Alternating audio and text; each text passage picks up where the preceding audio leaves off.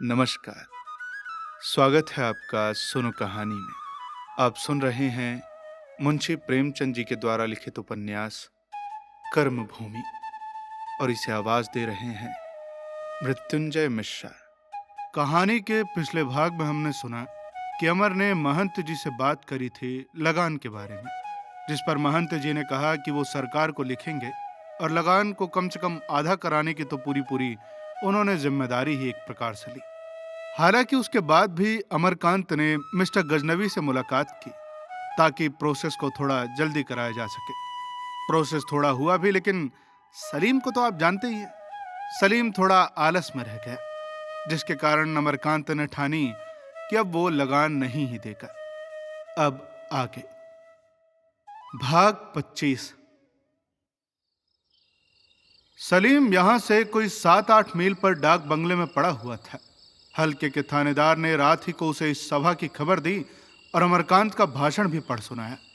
उसे इन सभाओं की रिपोर्ट करते रहने की ताकीद कर दी गई थी। सलीम को बड़ा आश्चर्य हुआ। अभी एक दिन पहले अमर उससे मिला था और यद्यपि उसने महंत की इस नई कार्रवाई का विरोध किया था, पर उसके विरोध में केवल खेद था, क्रोध का तो नाम भी न था। आज एकाएक ये परिवर्तन कैसे हो गया? उसने थानेदार से पूछा, महंत जी की तरफ से कोई खास जाति तो नहीं हुई ना? थानेदार ने जैसे शंका को जड़ से काटने के लिए तत्पर होकर कहा, बिल्कुल नहीं हुजूर, बिल्कुल नहीं। बल्कि उन्होंने तो सख्त ताकीद कर दी थी कि असामियों पर किसी किस्म का जुल्म न किया जाए। बेचारे ने अपनी तरफ से 4 आने की छूट दे दी थी। अब गाली गुफ्ता तो मामूली बात है। और जलसे पर इस तकरीर का क्या असर हुआ? हुजूर, यही समझ लीजिए कि जैसे पुआल में आग लग जाए। महंत जी के इलाके में बड़ी मुश्किल से लगान वसूल होगा। सलीम ने आकाश की तरफ देखकर पूछा, आप इस समय मेरे साथ सदर चलने को तैयार हैं क्या? थानेदार को भला क्या उज्र हो सकता था?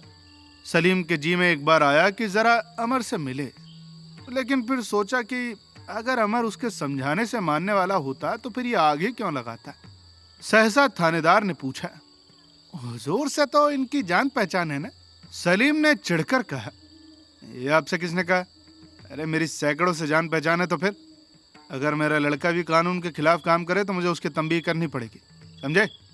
थानेदार ने खुशामद की, अरे अरे मेरा ये मतलब नहीं था हुजूर। हुजूर से जान पहचान होने पर भी उन्होंने हुजूर को बदनाम करने में तामुल न किया, बस यही मेरी मंशा थी। सलीम ने कुछ जवाब तो न दिया, पर यह उस मामले का नया पहलू था। अमर को उसके इलाके में यह तूफान न उठाना चाहिए था। आखिर अफसरान यही तो समझेंगे कि नया आदमी है, अपने इलाके पर रौब नहीं है इसका। बादल फिर घिरे आते थे, रास्ता भी खराब था, उस पर अंधेरी रात, नदियों का उतार, मगर उसका गजनवी से मिलना जरूरी था। कोई तजुर्बेकार अफसर इस कदर बदहवास न होता, पर सलीम नया आदमी था। दोनों आदमी रात भर की हैरानी के बाद सवेरे सदर पहुंचे। आज मियां सलीम को आटे दाल का भाव मालूम हुआ। यहाँ केवल हुकूमत नहीं है, हैरानी और जोखिम भी है। इसका अनुभव हुआ। जब पानी का झोंका आता था तो कोई नाला सामने आ पड़ता और वो इस्तीफा देने की ठान लेता। ये कोई नौकरी है या बला है? मजे से जिंदगी गुजरती थी, यहाँ कुत्ते खसी में आ फंसा। लानत है ऐसी नौकरी पर। कहीं मोटर खड्डे में जा पड़े तो हड्डियों तक का पता न लगे। नहीं, मोटर चौपट हो गई एकदम। बंगले पर पहुंचकर उसने कपड़े बदले, नाश्ता किया और 8 बजे कहीं गजनवी के पास आ पहुंचा। थानेदार कोतवाली में ठहरा था। उसी वक्त वो भी हाजिर हुआ। गजनवी ने वृत्तांत सुनकर कहा, अमरकांत कुछ दीवाना तो नहीं हो गया है? बातचीत से तो बड़ा शरीफ मालूम होता था, मगर लीडरी भी मुसीबत है। बेचारा भला नाम कैसे पैदा करे? शायद हजरत समझते होंगे कि ये लोग तो दोस्त हो ही गए हैं, अब क्या फिक्र। सैया भय कोतवाल तो अब डर काहे का। और जिलों में भी तो शौरिश है, मुमकिन है वहाँ से ताकीद हुई हो। सूझी है इन सभी को दूर की, और हक यह है कि किसानों की हालत नाजुक है। यहाँ भी बेचारों को पेट भर दाना न मिलता था, अब तो जिनसे और भी सस्ती हो गई। पूरा लगान कहाँ, आधे की भी गुंजाइश नहीं है। मगर सरकार का इंतज़ाम तो होना ही चाहिए। हुकूमत में कुछ न कुछ खौफ और रौब का होना भी ज़रूरी है, नहीं उनकी सुनेगा कौन? किसानों को आज यकीन हो जाए कि आधा लगान देकर उनकी जान बच सकती है, तो कल वो चौथाई पर लड़ेंगे। और परसों पूरी मुआफ़ी का मुकाबला करेंगे। मैं तो समझता हूँ कि आप जाकर लाला अमरकांत को गिरफ्तार कर लें। एक बार कुछ हलचल मचेगी, मुमकिन है कि 2-4 गाँव में फसाद भी हो, मगर खुले हुए फसाद को रोकना उतना मुश्किल नहीं है जितना इस हवा को, समझे? मवाद जब फोड़े की सूरत में आ जाता है तो उसे चीर कर निकाल दिया जाता है, लेकिन वही दिल दिमाग की तरफ चला जाए तो फिर ज़िंदगी ही ख़त्म हो जाएगी। आप अपने साथ सुपरिटेंडेंट पुलिस को भी ले लें और अमर को दफ़ा 124 में गिरफ्तार कर लें। और हाँ, उससे स्वामी जी को भी लीजिएगा।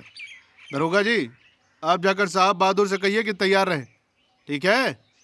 सलीम ने व्यथित कंठ से कहा। मैं जानता कि यहाँ आते ही आते इस अजाब में जान फंसेगी तो किसी और जिले की कोशिश करता। क्या क्या अब मेरा तबादला नहीं हो सकता क्या?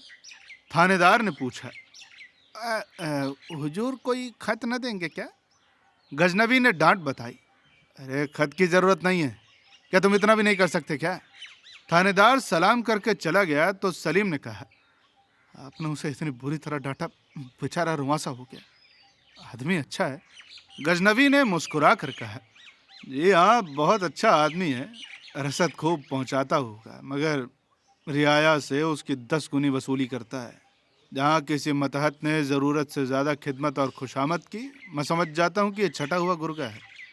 आपकी लियाकत का तो ये हाल है कि इलाके में सदा ही वारदातें होती हैं, एक कभी पता नहीं चलता, लेकिन इसे झूठी शहादतें बनाना भी नहीं आता, बस खुशामद की रोटियां खाता है। अगर सरकार पुलिस का सुधार कर सके तो स्वराज की मांग 50 साल के लिए टल सकती है। आज कोई शरीफ आदमी पुलिस से सरोकार नहीं रखना चाहता, थाने को बदमाशों का अड्डा समझकर उधर से मुंह फेर लेता है। ये सीगा इस राज का कलंक है, कलंक। अगर आपको दोस्त को गिरफ्तार करने में तकल्लुफ होती है तो मैं डीएसपी को ही भेज दूं, क्योंकि उन्हें गिरफ्तार करना फ़र्ज हो गया है। अगर आप ये नहीं चाहते कि उनकी ज़िल्लत हो तो आप जाइए, अपनी दोस्ती का हक अदा करने के लिए ही जाइए। मैं जानता हूँ कि आपको सदमा हो रहा है, और देखिए, मुझे खुद रंज है। उस थोड़ी देर की ही मुलाकात में मेरे दिल पर उनका सिक्का जम गया। मैं उनके नेक इरादों की कद्र करता हूँ, लेकिन हम और वो 2 कैंपों में हैं। स्वराज्य हम भी चाहते हैं, मगर इनकलाब के सिवा हमारे लिए दूसरा रास्ता नहीं है। और फिर इतनी फ़ौज रखने की क्या ज़रूरत है जो सरकार के आदमी का आधा हजम कर जाए? फ़ौज का खर्च आधा कर दिया जाए तो किसानों की लगान बड़ी आसानी से आधा हो सकता है। सच कहो तो मुझे अगर स्वराज्य से कोई खौफ है तो ये है कि मुसलमानों की हालत कहीं और ख़राब ना हो जाए। गलत तवारीखें पढ़ पढ़ कर दोनों फिरके एक दूसरे के दुश्मन हो गए हैं, और मुमकिन नहीं कि हिंदू मौका पाकर मुसलमानों से फर्जी अदावतों का बदला न ले। लेकिन इस काल से तसल्ली होती है कि इस 20वीं सदी में हिंदुओं जैसी पढ़ी लिखी जमात मजहबी गिरोहबंदी की पनाह नहीं ले सकती। मजहब का दौर ख़त्म हो रहा है, बल्कि यूँ कहे कि ख़त्म हो गया। सिर्फ हिंदुस्तान में उसमें कुछ कुछ जान बाकी है। ये तो दौलत का ज़माना है, अब दौलत की चलेगी। अब कौम में अमीर और गरीब, जायदाद वाले और मुरमुखे अपनी अपनी जमायतें बनाकर उनमें कहीं ज़्यादा खुरेजी होगी, कहीं ज़्यादा तंग दिली होगी। आखिर 1-2 सदी के बाद दुनिया में एक सल्तनत हो जाएगी। सबका एक कानून, एक निज़ाम होगा। कौम के खादिम कौम पर हुकूमत करेंगे। मजहब शास्त्रीय चीज़ होगी, न कोई राज होगा, न कोई पर्चा, समझे? इसी बीच फ़ोन की घंटी बजी। गजनवी ने चोंगा कान से लगाया। मिस्टर सलीम कब चलेंगे? गजनवी ने पूछा। आप कब तैयार होंगे? मैं तो तैयार हूँ। हाँ तो 1 घंटे में आ जाइए। सलीम ने लंबी सांस खींचकर कहा, मुझे मतलब जाना ही पड़ेगा। मैं आपके और अपने दोस्त को पुलिस के हाथ में नहीं देना चाहता, समझे ना? अच्छा, किसी हीले से अमर को यहीं क्यों ना बुला लिया जाए? इस वक्त वो यहाँ नहीं आएंगे। सलीम ने सोचा कि अपने शहर में जब ये खबर पहुंचेगी कि मैंने अमर को गिरफ्तार किया तो मुझ पर कितने जूते पड़ेंगे। शांति कुमार तो नोच ही खाएंगे, और सकीना तो शायद मेरा मुंह देखना भी पसंद न करे। और इस ख्याल से वो कांप उठा। सोने की हंसिया न उगलते बनती थी और ना ही निगलते। उसने उठकर कहा, आप डीएसपी को ही भेज दें, मैं नहीं जाना चाहता। गजनवी ने गंभीर होकर पूछा, तो आप चाहते हैं कि उन्हें वहीं से हथकड़ियां पहनाकर और कमर में रस्सी डालकर 4 कांस्टेबल के साथ लाया जाए, और जब पुलिस उन्हें लेकर चले तो उस भीड़ को हटाने के लिए गोलियां चलानी पड़े। क्यों? सलीम ने घबरा कर कहा। अरे तो क्या डीएसपी को इन साधियों से रोका नहीं जा सकता? अमरकांत आपके दोस्त हैं, डीएसपी के दोस्त नहीं। हाँ तो फिर आप डीएसपी को मेरे साथ न भेजें। आप अमर को यहाँ ला सकते हैं अकेले? दगा करनी पड़ेगी। अच्छी बात है, तो आप जाइए, मैं डीएसपी को मना किए देता हूँ। मैं वहाँ कुछ कहूँगा ही नहीं, इसका आपको अख्तियार है, जाइए। सलीम अपने डेरे पर लौटा तो ऐसा रंजीदा था गोया अपना कोई अजीज मर गया हो। आते के साथ ही उसने सकीना, शांति कुमार, लाला समरकांत, नैना सबको एक एक खत लिखकर अपनी मजबूरी और दुख प्रकट किया। सकीना को उसने लिखा कि मेरे दिल पर इस वक्त जो गुजर रही है वो मैं तुमसे बयान नहीं कर सकता सकीना। मैं तो अपने जिगर पर खंजर चलाते हुए भी मुझे इससे ज्यादा दर्द न होता। जिसकी मोहब्बत मुझे यहाँ तक खींच लाई, उसी को मैं आज इन जालिम हाथों से गिरफ्तार करने जा रहा हूँ सकीना। खुदा के लिए मुझे कमीना, बेदर्द और खुद गरज न समझना। खून के आंसू रो रहा हूँ मैं। इसे अपने आंचल से पूछ दो। उस पर अमर के इतने एहसान है कि मुझे उसके पसीनों की जगह अपना खून बहाना चाहिए था, लेकिन उनके खून का मजा ले रहा हूँ। मेरे गले में शिकारी का तौक है और उसके इशारे पर से सब कुछ करने पर मजबूर हूँ जो कि मुझे करना ना लाजिम था। मुझ पर रहम करना सकीना, मैं बदनसीब हूँ। तभी खानसामे ने आकर कहा, हुजूर खाना तैयार है। सलीम ने सिर झुकाए हुए कहा, नहीं मुझे भूख नहीं है। खानसामा पूछना चाहता था कि हुजूर की तबीयत कैसी है। मेज पर कई लिखे खत देखकर वो डर गया था कि कहीं घर से कोई बुरी खबर तो नहीं आई। सलीम ने सिर उठाया और हसरत भरे स्वर में बोला, उस दिन वो मेरे एक दोस्त नहीं आए थे, वही देहातियों की सी सूरत बनाए हुए, वो मेरे बचपन के साथी हैं। हम दोनों एक ही कॉलेज से पढ़े, घर के लखपति आदमी हैं दोनों, बाप हैं, बाल बच्चे हैं, इतने लायक हैं कि मुझे उन्होंने पढ़ाया। चाहते तो किसी अच्छे ओहदे पर होते, और फिर घर में ही किस बात की कमी है। मगर गरीबों का इतना दर्द है कि घर बार छोड़कर यहीं गांव में किसानों की खिदमत कर रहे हैं। और आज देखो, उन्हीं को गिरफ्तार करने का मुझे हुक्म हुआ है। खानसामा और समीप आकर जमीन पर बैठ गया। क्या कसूर किया था हुजूर उन बाबू साहब ने? कसूर? कोई कसूर नहीं, यही कि किसानों की मुसीबत उससे देखे नहीं जाती। हुजूर ने तो फिर बड़े साहब को समझाया नहीं क्या? मेरे दिल पर इस वक्त जो कुछ गुजर रही है मैं ही जानता हूँ हनीफ। आदमी नहीं फरिश्ता है, और यही है सरकारी नौकरी।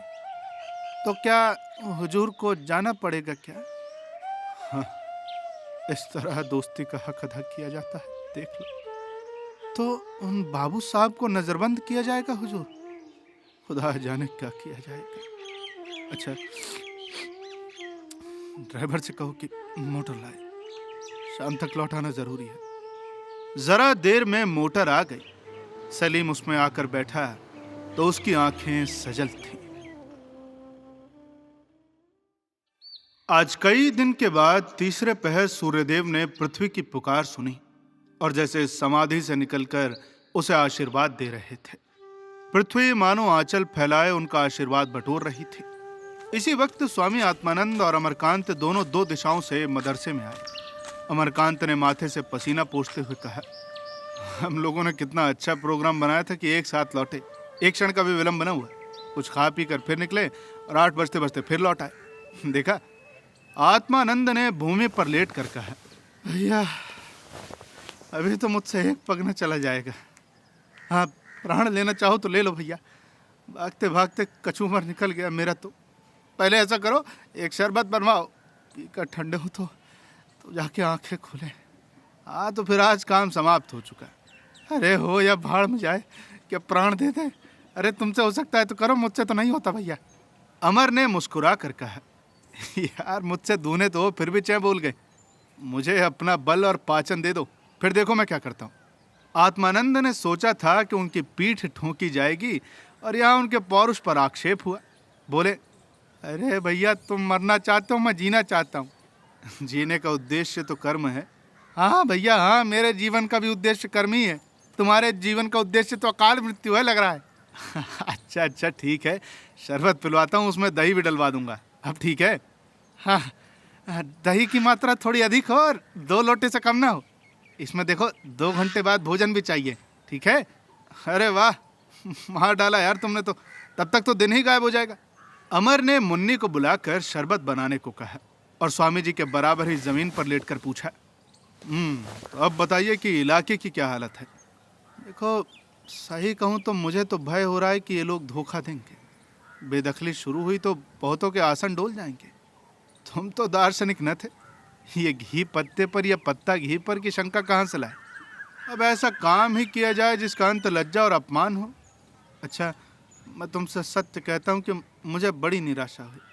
तो फिर इसका अर्थ तो यह है कि आप इस आंदोलन के नायक बनने के योग्य नहीं हैं।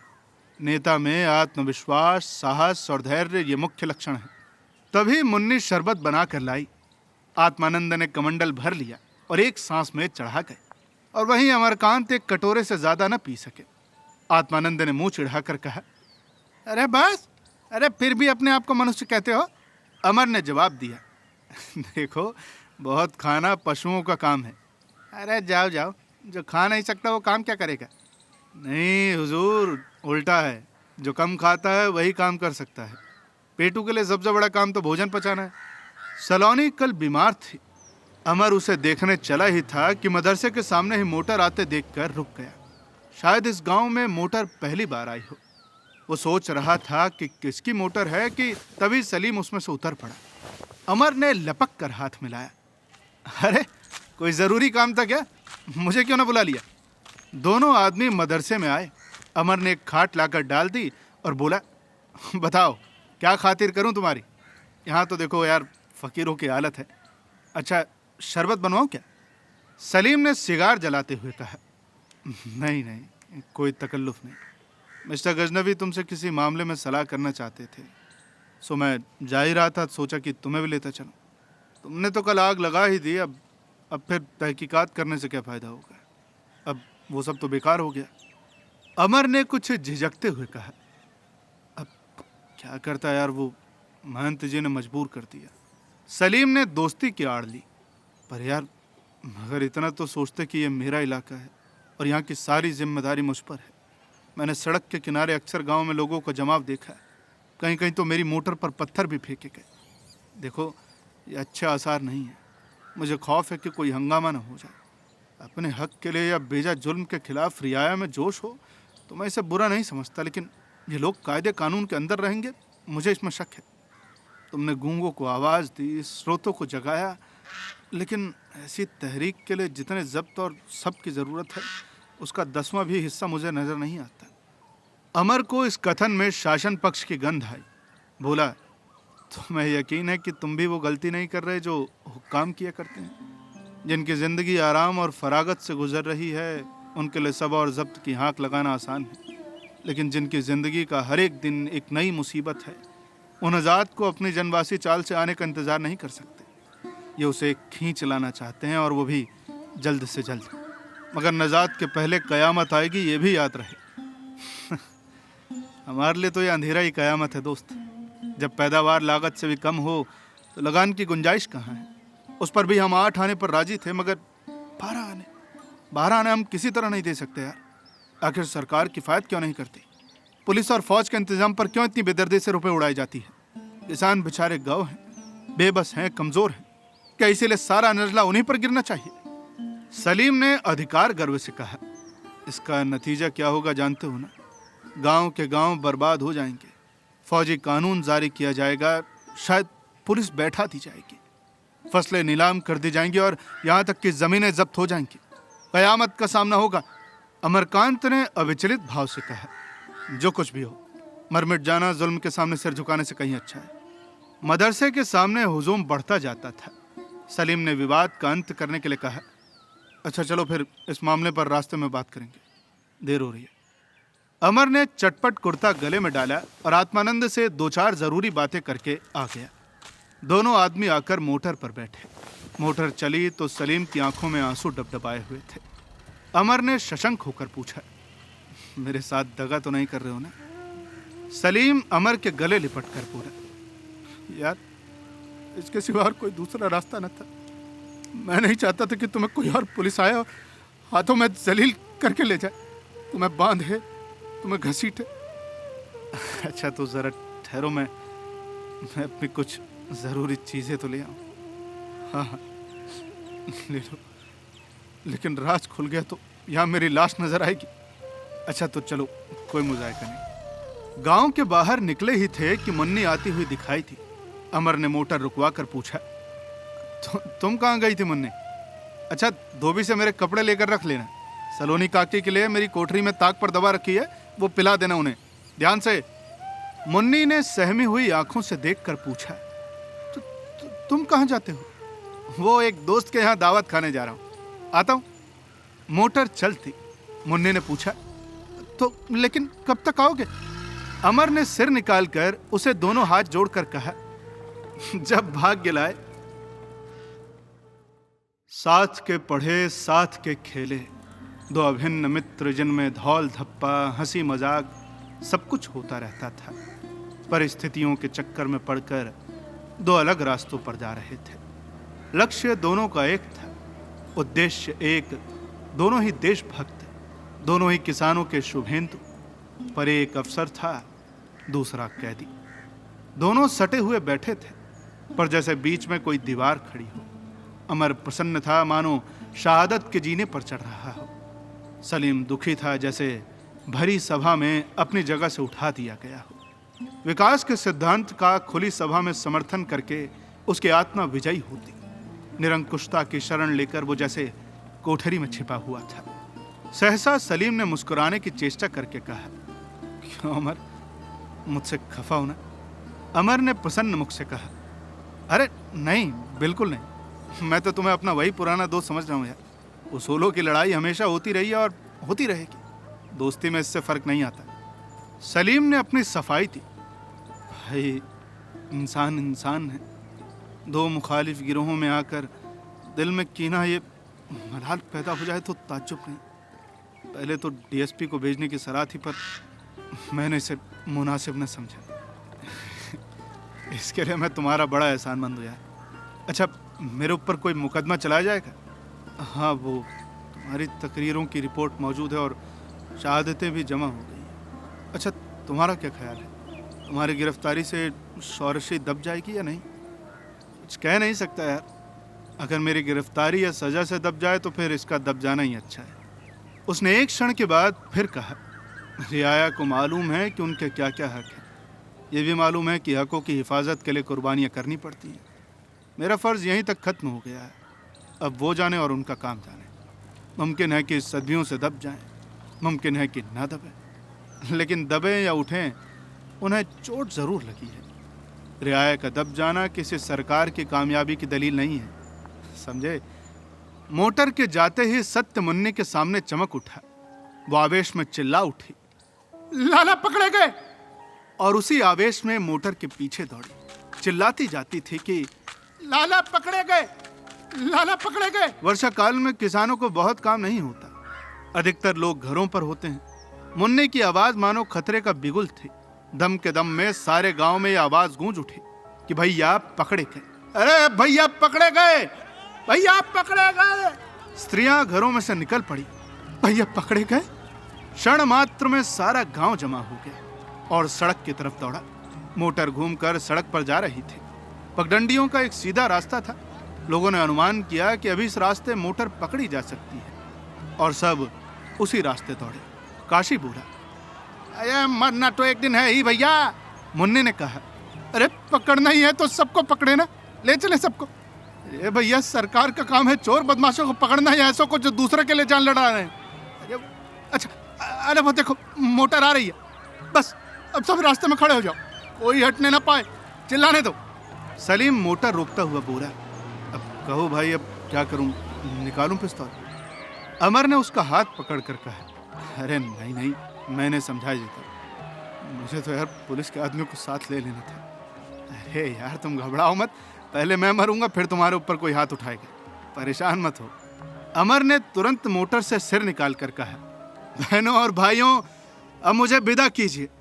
आप लोगों के सत्संग में मुझे जितना स्नेह और सुख मिला उसे मैं कभी नहीं भूल सकता। मैं परदेसी मुसाफिर था, आपने मुझे स्थान दिया, आदर दिया, प्रेम दिया। मुझसे भी जो कुछ सेवा हो सकी वो मैंने की। अगर मुझसे कुछ भूल चूक हुई हो तो क्षमा करना। जिस काम का बीड़ा उठाया है उसे छोड़ना मत, यही मेरी याचना है। सब काम ज्यों का त्यों होता रहे, यही सबसे बड़ा उपकार है जो आप मुझे दे सकते हैं। प्यारे बालकों, मैं जा रहा हूं लेकिन मेरा आशीर्वाद सदैव तुम्हारे साथ रहेगा। काशी ने कहा, भैया हम सब भी तुम्हारे साथ चलने को तैयार हैं, हमें भी ले चलो। अमर ने मुस्कुराकर उत्तर दिया, अरे यार, न्योता मुझे मिला है तो तुम लोग कैसे जाओगे? किसी के पास इसका जवाब न था। भैया बात ही ऐसी कहते थे कि किसी को उसका जवाब नहीं मिलता था। मुन्नी सबसे पीछे खड़ी थी, उसकी आंखें सजल थी। इस दशा में अमर के सामने कैसे जाए? हृदय में जैसे दीपक को जलाए वो अपने अंधेरे जीवन में प्रकाश का स्वप्न देख रही थी, और वही दीपक कोई उसके हृदय से निकाले लिए जाता था। वो सूना अंधकार क्या फिर वो सह सकेगी? सहसा उसने उत्तेजित होकर कहा, अरे इतने जने खड़े ताकते क्या हो, उतार लो मोटर से। जनसमूह में एक हलचल मची। एक ने दूसरे की ओर कैदियों की तरह देखा, लेकिन कोई बोला नहीं। मुन्नी ने फिर ललकारा, अरे खड़े ताकते क्या हो, तुम लोगों में कुछ दया है या नहीं? जब पुलिस और फौज इलाके को खून से रंग देगी तभी। अमर ने मोटर से निकलकर कहा, अरे मुन्नी रुको जरा। मुन्नी यार, तुम तो बुद्धिमती होकर ऐसी बातें कर रही हो, मेरे मुंह में कालिक मत लगवाओ। मुन्नी उन्मत्तों की भांति बोली, मैं कोई बुद्धिमान नहीं, मैं तो मूर्ख हूँ, गंवारी हूँ। आदमी एक एक पत्ती के लिए सिर कटा देता है, एक एक बात पर जान दे देता है। क्या हम लोग खड़े ताकते रहे और तुम्हें कोई पकड़ के ले जाए? अरे तुमने कोई चोरी की है, कोई डाका मारा है? कई आदमी उत्तेजित होकर मोटर की ओर बढ़े, पर अमरकांत की डांट सुनकर ठिठक गए। क्या करते हो, पीछे हट जाओ। अगर मेरे इतने दिनों की सेवा और शिक्षा का यही फल है तो मैं कहूंगा कि मेरा सारा परिश्रम धूल में मिल गया। अरे ये हमारा धर्म युद्ध है, और हमारी जीत हमारे त्याग, हमारे बलिदान और हमारे सत्य पर है। जादू का सा असर हुआ, लोग रास्ते से हट गए।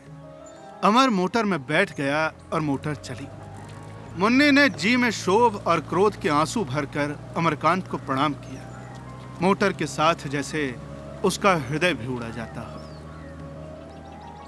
अब कहानी में आगे क्या होता है ये जानने के लिए आपको इंतजार करना पड़ेगा कहानी के अगले भाग का। आपको ये कहानी कैसी लग रही है हमें कमेंट बॉक्स में बताना न भूलें। जल्द ही मिलेंगे आपसे कहानी के अगले भाग के साथ। तब तक के लिए सुनते रहिए सुनो कहानी की अन्य कहानियां, और अपना ख्याल रखिए। धन्यवाद।